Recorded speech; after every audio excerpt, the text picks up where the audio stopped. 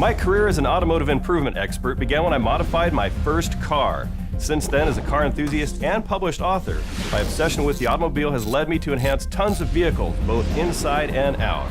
That's why I'm thrilled to be a part of a brand new series designed to help keep your car looking great and your engine running like new. I'm Chris Duke, and welcome to eHow's Auto Center, brought to you by Mobile One. Hey Chris, I'm going on a family road trip and I was wondering if you had any tips for me on how to save some gas mileage.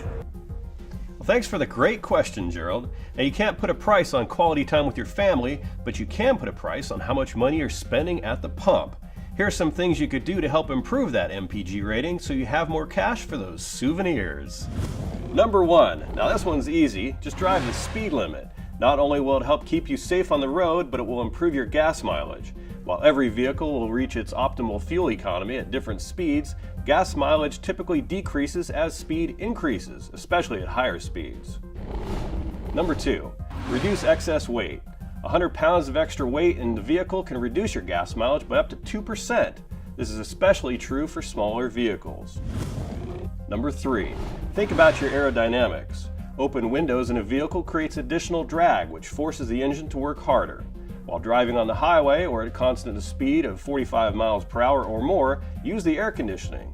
The rolled up windows will lessen the drag on your car. At speeds less than 45 miles per hour, open the windows and turn off the air conditioning. At these speeds, the drag on the vehicle decreases and the air conditioning becomes less efficient. Number 4, check your tire pressure and make sure your tires are properly inflated. Inflating your tires to the proper pressure can improve your gas mileage by up to 3.3%. And properly inflated tires last longer, stop more quickly, run cooler, and handle better, which improves your fuel economy as well as your overall safety.